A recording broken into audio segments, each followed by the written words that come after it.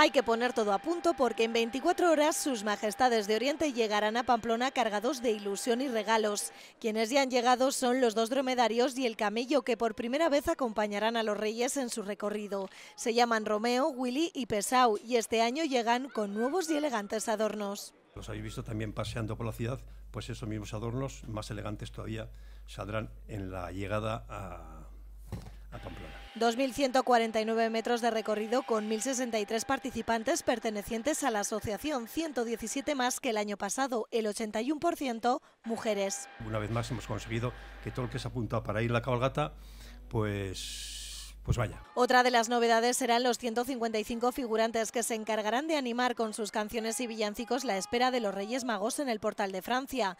Además también habrá 21 guardias pretorianos acampados esperando la llegada de Melchor, Gaspar y Baltasar. El jefe de la Guardia Pretoriana se dará cuenta, ordenará a sus pretorianos que hagan los honores a la llegada de los Reyes a esa zona pamplonesa del Puente de la Magdalena y lógicamente lo que ellos van a hacer, van a abandonar el campamento y se formarán una especie de acompañamiento. Y por supuesto no faltarán los caramelos. Este año se repartirán 2.500 kilos. Hay que ir a ver la cabalgata porque si te la pierdes no verás lo que te hubiera gustado ver. La comitiva saldrá de la calle Avejeras a las 7 de la tarde hasta el Colegio Vázquez de Mella, donde finalizará, ya que este año no se puede ir por la calle Aralar debido a las obras.